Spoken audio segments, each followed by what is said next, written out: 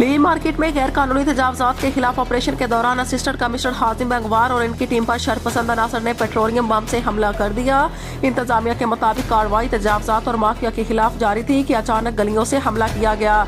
Assistant commissioner का कहना है कि वो ऐसे ओछे हथकंडों से मरूब नहीं होंगे और ली मार्केट को मुकम्मल तौर पर क्लियर किया जाएगा। खुशकिस्मती से तमाम टीम इमरान महफूज रहे। शहर काई से हमारे नुमाइंदे कैसर खान की रिपोर्ट के मुताबिक कराची के इलाके आराम बाग में कायम तारीखी कारोबारी मरकज ली मार्केट में गैर कानूनी तजावजात के खिलाफ इंतजामिया का ऑपरेशन इस वक्त कशीदा सूरत हाल इख्तियार कर गया जब शरपसंद अनासर ने कार्रवाई के दौरान पेट्रोल बम से हमला कर दिया।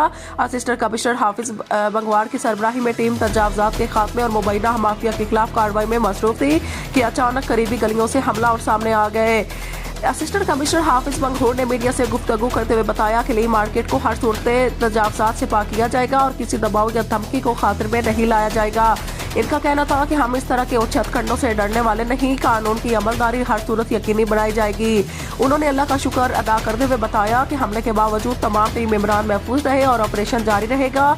इंतजामिया ने वाजिया किया कि ली मार्केट को मुकम्मल तौर पर क्लियर करके माफिया से पाक किया जाएगा और सरकारी रट को हर हाल में बरकरार रखा जाएगा।